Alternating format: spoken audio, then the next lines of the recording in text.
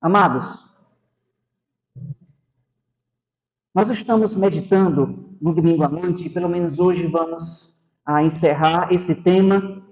Estamos estudando como enfrentar o desânimo. O desânimo é um inimigo feroz, atroz. Às vezes ele vem de forma barulhenta em nossa vida, mas às vezes o desânimo ele chega de forma silenciosa. Às vezes o desânimo também, ele vem de dentro da nossa casa, vem de dentro da família, do trabalho. Ele vem através daquilo que nós escutamos uns para com os outros, daquilo que vemos. No estudo número 1, nós aprendemos com a vida de Josué, que Deus ensinou a Josué que ele deveria se firmar no propósito e não nos resultados. Quando nós queremos nos firmar nos resultados, os resultados são maleáveis, oscilam. Os resultados nem sempre são como nós queremos.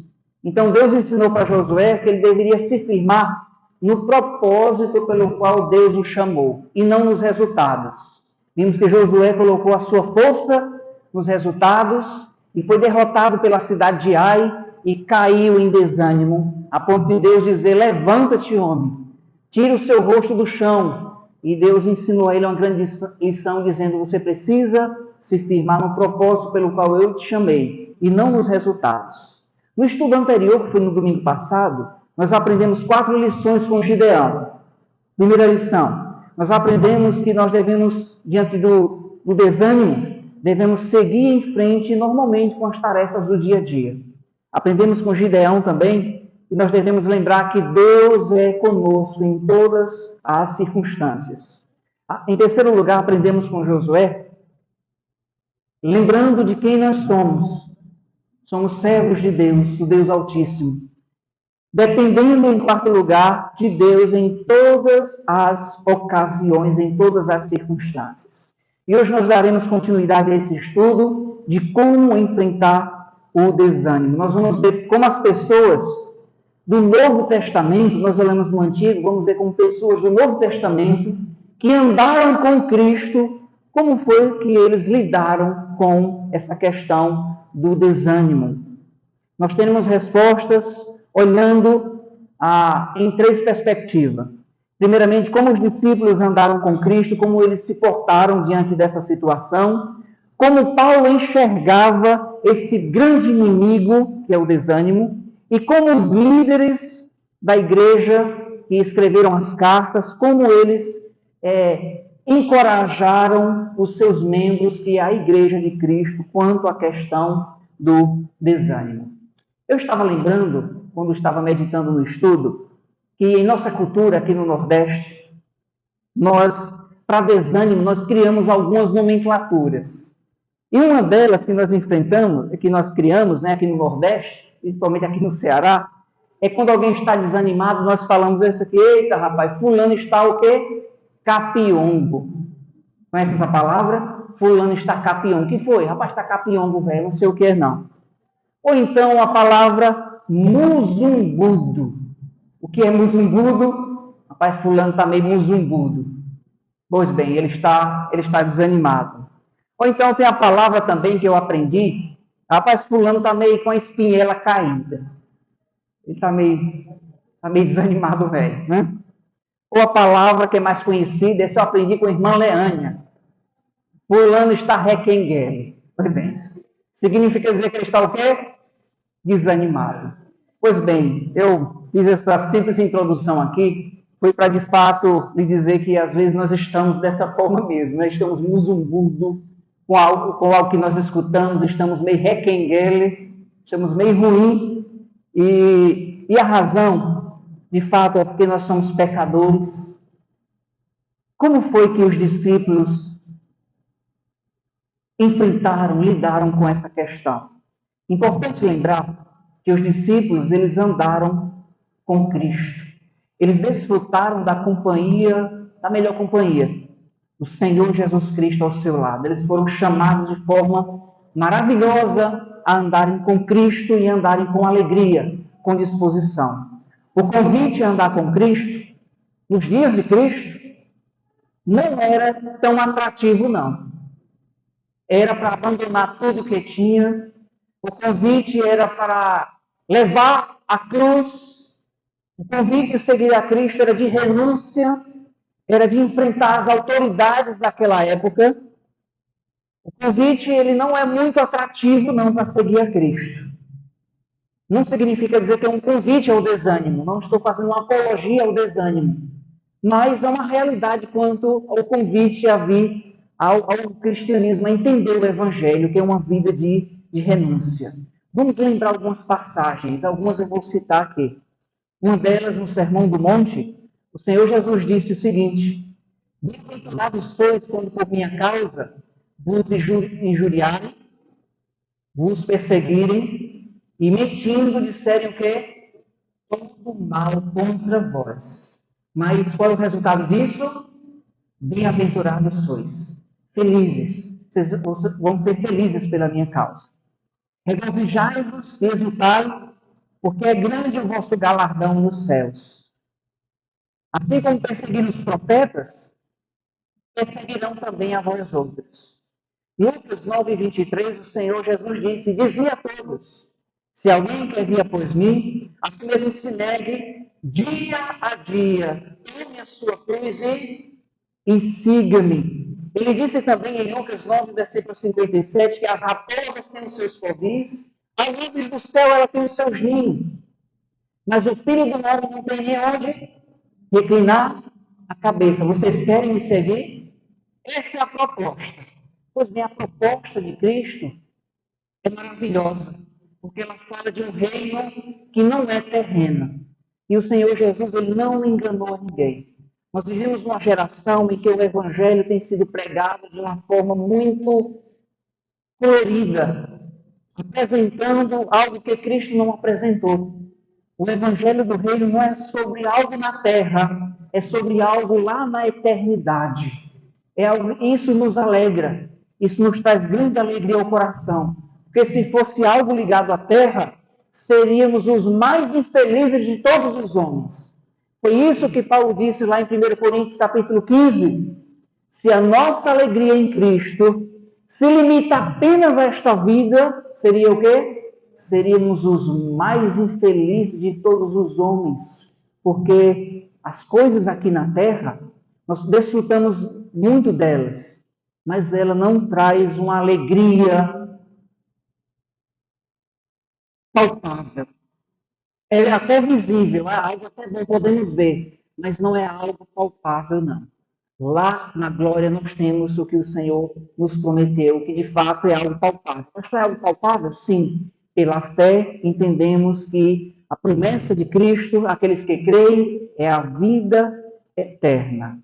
Em João 16, versículo 33, o Senhor Jesus disse aos seus discípulos, vamos citar juntos? No mundo tereis aflições, mas tende ânimo, tende bom ânimo, eu venci o mundo. Em outras palavras, Cristo estava dizendo o seguinte, todas as ferramentas necessárias vocês terão para viver com ânimo, porque eu venci o mundo, eu sei qual é o caminho, o percurso, eu tenho todas as ferramentas necessárias para nós vencermos esse mundo e vencermos esse grande inimigo que é o desânimo. João 21, versículo 3, tem algo maravilhoso, belo, mas ao mesmo tempo triste. Abra lá em João 21, versículo 3. Vamos lá. Essa é a nossa primeira passagem, a abrirmos a Bíblia juntos, no Evangelho de João, capítulo 21, versículo 3. Abra comigo, por favor, lá para João 21 e o versículo 3. Esses que andavam na companhia de Jesus, aconteceu um momento, após a morte de Cristo, veja como bateu um desânimo aqui nos discípulos, eles andavam bem próximo a Cristo. O contexto, o Senhor Jesus havia morrido e eles ainda precisavam daquela presença de Cristo para retornar o ânimo. Mas quando o Senhor Jesus, então, morreu, Pedro tinha negado, os discípulos fugiram, eles se encontraram entre eles, e veja o que foi que aconteceu. João 21, versículo 3. Vamos ler em uma só voz, toda a igreja, o Evangelho de João, capítulo 21, versículo 3. Disse-lhes Simão Pedro: vou pescar. Disseram-lhe os outros: também nós vamos contigo. Saíram e entraram no barco, e naquela noite nada apanharam. Quando eles disseram uns aos outros: vamos pescar. Pedro disse, né? Eu vou pescar. E os outros disseram o quê? Pedro, nós vamos contigo também. Amados, em outras palavras, eles estavam totalmente desanimados. O Senhor Jesus os chamou para serem pescadores de homens. Eles tinham abandonado a pesca como parte integral. Pescavam de forma parcial. Mas agora parece que eles estavam pegando nas redes de novo. Aquelas redes que eles tinham abandonado para seguir a Cristo e seguir o propósito pelo qual Deus os chamou para serem pescadores de homens. Essa expressão aqui nos mostra que eles caíram em desânimo. O Senhor Jesus tinha morrido, não tinha mais aparecido a ele, vamos andar juntos. E eles retornaram para pescar, pegando as suas redes, mas o desânimo não parou por aí. Porque pense numa coisa para desanimar um pescador quando ele vai pescar e ele não pesca o quê? É ou não é, Berg? Você que é acostumado a não pegar nada. Né? Isso aí desanimou mesmo, né? Já aconteceu muito comigo, viu, Berg? Vai pescar, nada. E quando chega em casa, pior, porque a mulher fica achando graça ainda. Né? Olha, devia ter ficado aqui. Os discípulos foram pescar e naquela noite eles não pegaram nada. Mas eles não pegaram nada, não foi por acaso. Deus tinha um propósito maior. E o propósito era ensinar para eles que eles dependiam do seu mestre. Eles entenderam naquela noite que Cristo era a razão do viver deles. Foi o Senhor quem permitiu eles não pegarem peixe. Sim, para eles caírem mesmo em desânimo, para eles verem que a razão do viver do cristão não está aqui na terra. Naquele momento, eles viram um homem na praia, lá em Tiberíades, sim, no mar da Galileia. Eles não o reconheceram, mas depois o reconheceram. Porque aquele homem que estava na praia disse: vocês pegaram alguma coisa? E aí eles disseram o quê? Não pegamos nada não, deu nada hoje. E aquele homem disse: pois pega a sua rede, lança do lado direito. Sim, aquele homem que andou sobre as águas, conhecia o mais íntimo do coração deles, o Criador, conhecia de Deus, da sua criação. Ele não precisava ir lá dentro para saber onde estavam os peixes. Ele é Deus. Pois lança aqui do lado direito.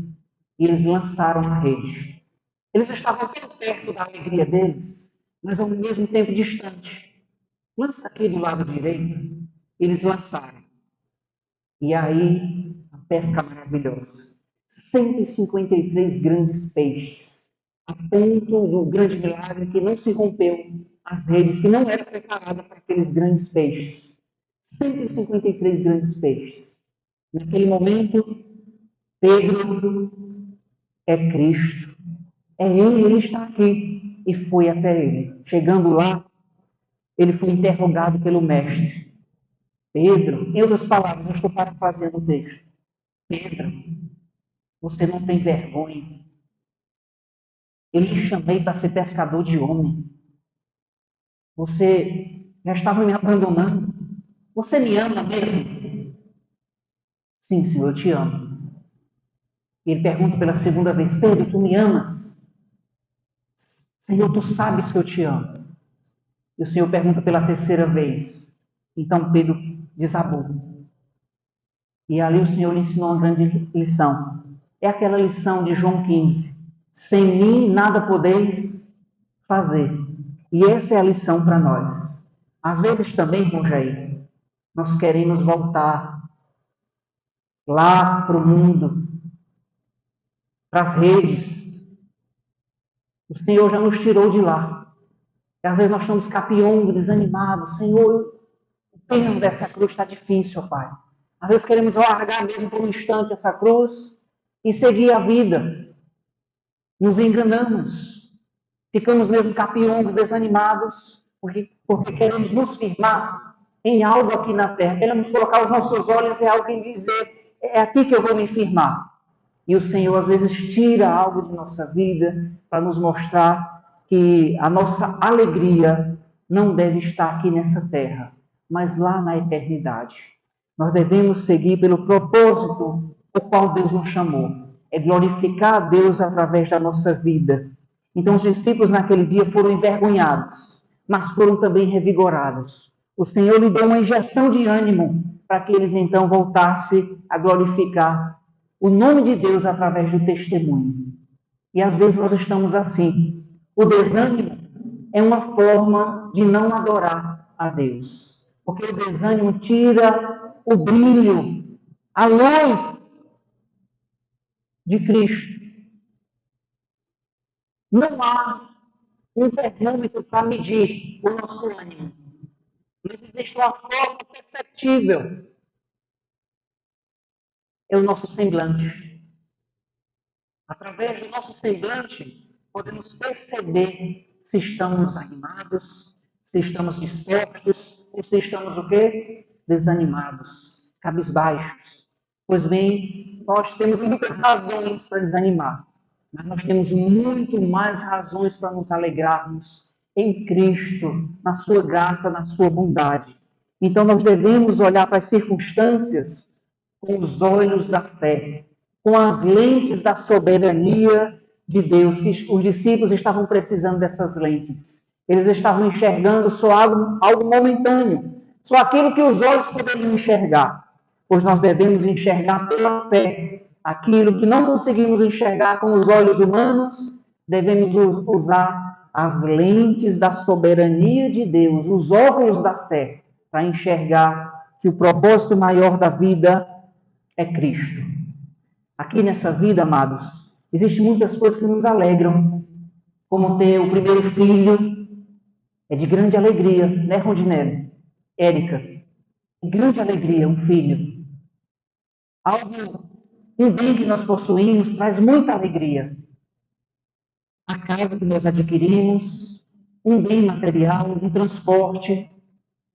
Às vezes, para alguém já tem. Aí meu sonho é comprar uma bis. Talvez não seja para outra pessoa, mas para um jovem que há muitos anos vai para o seu trabalho de carona, de mototáxi, para ele é uma grande alegria. Mas todas essas coisas são momentâneas. Existe algo que nós devemos nos apegar aqui na terra. É Cristo, é o Senhor. Ele é a razão do nosso viver. E os discípulos tinham perdido isso. Eles estavam se apegando a algo palpável ali no momento, visível. E o Senhor Jesus disse a eles, em outras palavras, né? Vocês dependem de mim. Sem mim, nada podeis fazer. Eu queria terminar esse ponto aqui lhe perguntando, o que lhe traz mais alegria? O que lhe tem trazido mais alegria? E o que lhe causa desânimo? O que tem perdido o sono para você? O que é que tem lhe tirado o ânimo, a alegria, o prazer de viver? O que é? Olhe para algo que está acontecendo e veja se vale a pena, de fato, você valorizar tal coisa, tal objeto que está lhe causando algum desânimo. Vamos aprender com os discípulos. Sem mim, nada podeis fazer. Os apóstolos também, muitos deles escreveram cartas, como Paulo, como Pedro, para encorajar a igreja.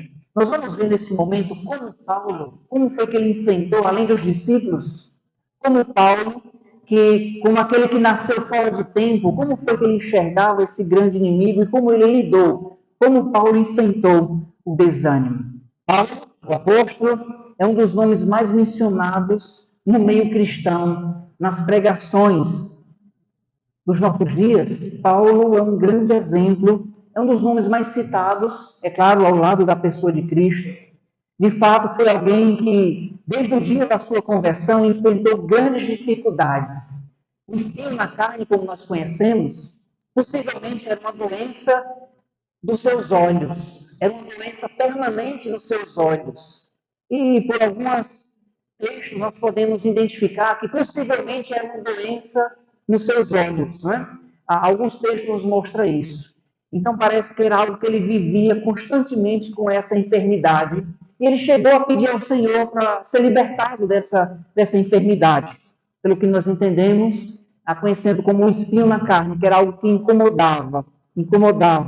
Mas o Senhor Jesus disse: Paulo, isso aqui é para você se lembrar que você depende unicamente de mim. Esse espinho na carne é para você não se ensoberbecer, é para você não se orgulhar. Então o espinho na carne era algo presente, era algo que nos mostra também que era algo visível, que não saía da vida de Paulo, e o Senhor Jesus disse: mas a minha graça vai ser o suficiente para você viver. E ele entendeu que quando ele estava fraco, ele estaria forte. Quando estou fraco, eu estou forte. Então Paulo enfrentou o desânimo de uma forma bela, de uma forma maravilhosa. Ele tem muito a nos ensinar. Em Romanos 5, versículo 3, diz que a tribulação produz para nós um eterno peso de glória. A tribulação, ela produz para nós um eterno peso de glória. Mas para entendermos a tribulação, nós devemos entender a origem da palavra tribulação.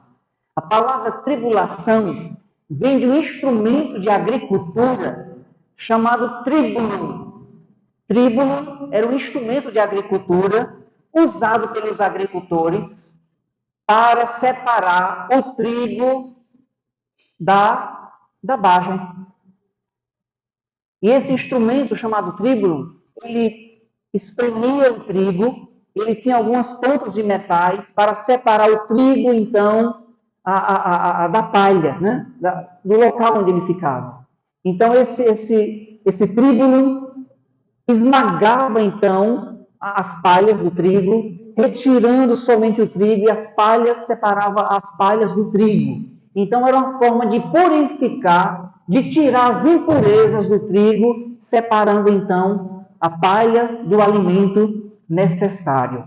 E Paulo usou justamente esse instrumento para trazer para nós que a tribulação, o tríbulo, que é esse instrumento de agricultura, a tribulação, ele produz em nossa vida um peso de glória.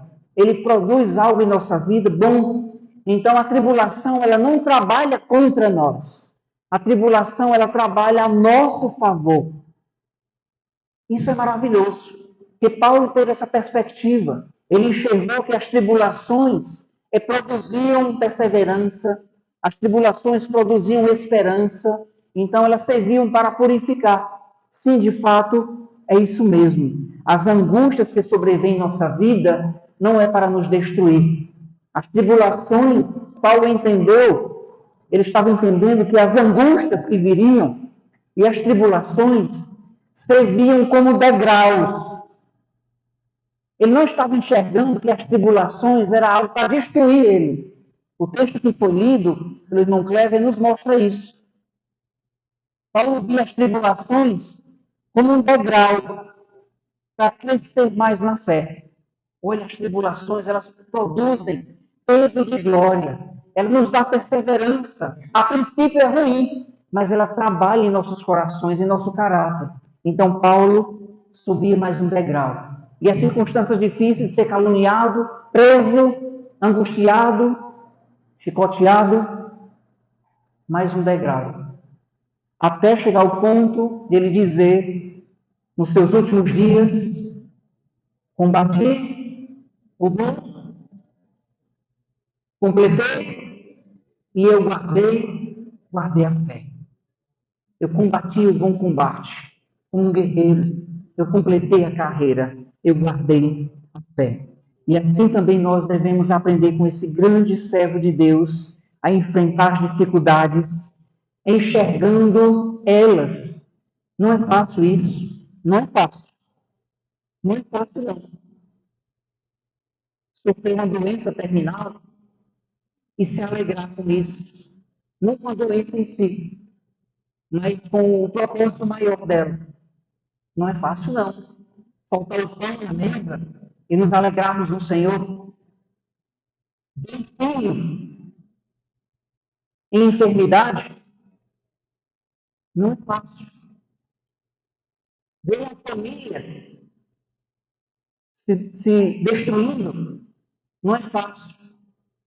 O marido que não tem a sua esposa crente, não é fácil não se alegrar no Senhor, não.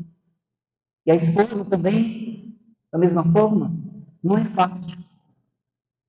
Mas nós devemos enxergar as tribulações como os grandes homens de Deus viram, como degraus para subir na fé, para maturar a nossa fé, para a nossa fé tornar-se madura, para a nossa fé ser forjada mesmo com fogo, nosso caráter ser aperfeiçoado diante das tribulações.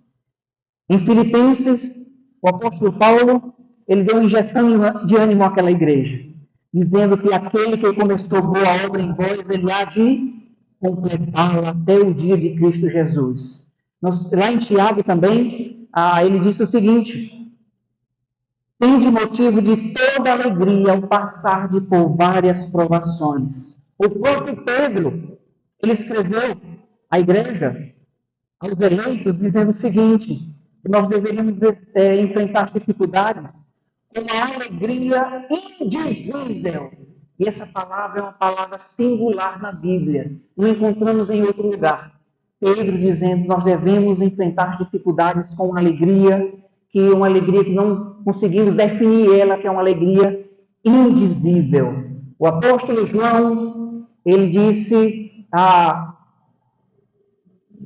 que as dificuldades que nós passamos, elas são momentâneas, porque quando nós fecharmos os olhos aqui na terra, nós abriremos os nossos olhos lá na eternidade.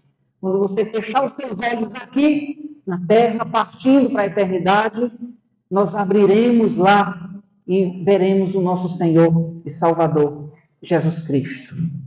Na vida, amados, nós temos muitas razões para nos alegrarmos no Senhor. Temos muitas razões também para nos entristecermos. Mas as razões que nos alegram são muito maiores. A graça de Cristo está à nossa disposição. E nós devemos nos alegrar nela e nos firmar. A questão maior é porque às vezes nós estamos vivendo como se não tivesse eternidade. Nós estamos vivendo, negociando aqui, como se o final da vida fosse aqui mesmo. Começamos a nos apegar aqui na vida de uma forma tão tremenda que esquecemos que a vida, ela é além dos nossos dias aqui. Ela é uma eternidade com o Senhor. Então, por isso, quando nós nos firmamos aqui, nós começamos a desanimar mesmo. Mas quando nós começamos a olhar para o alto e ver que essa terra está com os dias contados, então começamos a nos alegrar. Nada aqui nessa terra irá produzir alegria maior do que conhecer o Senhor e o nosso Salvador, Jesus Cristo. E essa alegria, às vezes, ela vem através de um sorriso mesmo, mas às vezes chorando e tendo a convicção, a certeza de quem o Senhor é, nós podemos estar também alegres e contentes. Encerrando esse estudo, o apóstolo Paulo disse lá em Filipenses, capítulo 4, eu aprendi a viver contente em toda e qualquer situação. Quero concluir esse estudo de hoje à noite sobre o ânimo e como enfrentar o desânimo e viver com ânimo, com uma ilustração até um pouco engraçada, mas ela traz uma grande realidade aos nossos dias. Em um hospital psiquiátrico, recebeu uma visita ilustre de um jornalista que logo perguntou ao diretor daquele hospital psiquiátrico qual era o critério que ele usava para identificar que alguém não tinha o juízo correto, ele precisava ficar internado. Quais são os critérios que esse hospital usa para internar, vamos usar a palavra, os loucos, né? E logo o diretor disse, olha, nós enchemos nós enchemos a banheira de água e damos 3 coisas para ele. Uma colher, um copo e um balde. E pedimos para ele esvaziar a banheira. Uma colher, um copo e um balde. E a forma como ele vai esvaziar essa banheira será o nosso critério para ele ser internado ou não. Então o jornalista disse, então entendi. Então, nesse caso aqui, ele escolheria o balde. Escolheria o balde para esvaziar a banheira. E o diretor disse o seguinte, não. Ele usaria o tampão para esvaziar a banheira. Você quer um quarto privado ou particular? É engraçado. É legal, né, Sibeli? É bacana essa história. Mas o que eu quero lhe dizer com essa história é que na vida nós temos mais do que 3 opções. Mais do que isso. Nós quando estamos atribulados, não enxergamos nenhuma. Existe um propósito maior.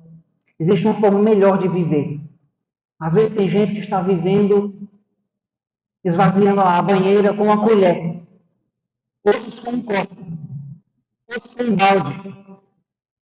Mas aquele que está enxergando melhor a vida, sabe a forma melhor de viver. E no caso, a forma melhor de viver é com Cristo. É ao lado dele. Ele tem todas as coisas necessárias que precisamos para viver uma vida de contentamento, de alegria, de ânimo. Paulo disse, por vezes ficamos perplexos, mas não desanimados. Abatidos, mas não destruídos. Vamos orar. Baixa a sua cabeça. Nesse momento, eu quero que você coloque diante do Senhor aquilo que tem lhe trazido desânimo. E faça uma medida bíblica. Aquele desânimo que você está enfrentando, qual é a razão? E veja se essa razão, ela não é uma razão terrena. Talvez você esteja lutando com algo desnecessário. Talvez você esteja esvaziando a banheira com uma colher, talvez com um copo, falando de forma ilustrada. Existe uma forma melhor de viver. O que tem causado desânimo em sua vida? Vale a pena mesmo? Está valendo a pena você sofrer por isso? Se alguém vier a sofrer, Pedro disse que venhamos a sofrer pela causa de Cristo. Essa causa, sim, vale a pena nós sofrermos pelo nome dos nomes. A nossa esperança, ela tem um nome, é uma pessoa, é Cristo. Senhor amado, Pai, oramos nesse momento, Senhor, por nós. Nos revigora o ânimo, Pai. Nos dá sabedoria para sabermos viver de forma agradável ao Senhor. Nos ajuda, Pai, a enxergar a vida através das lentes da soberania de Deus. Que o Senhor está no controle de todas as coisas. E que, ó Deus, as coisas aqui da terra, elas causam desânimo mesmo. Isso nos ensina que os nossos olhos devem estar lá para o alto, olhando para a eternidade. E que as coisas aqui da terra nós podemos desfrutar, sim, mas não como estrutura da nossa fé. A estrutura da nossa fé é a pedra angular, é Cristo. E Ele já nos fornece, ó Deus, todas as coisas necessárias para vivermos uma vida piedosa. Então, nos ajuda como crentes em Cristo a vivermos uma vida que adore ao Senhor, de ânimo, de contentamento. Então, ó Pai, aumenta-nos a fé, nos revigora o ânimo. Oramos, ó Pai, com esse propósito, em nome de Jesus. Amém. Amém? Que o Senhor Jesus fortaleça a sua fé, lhe revigore o ânimo e esteja me encorajando. Amém?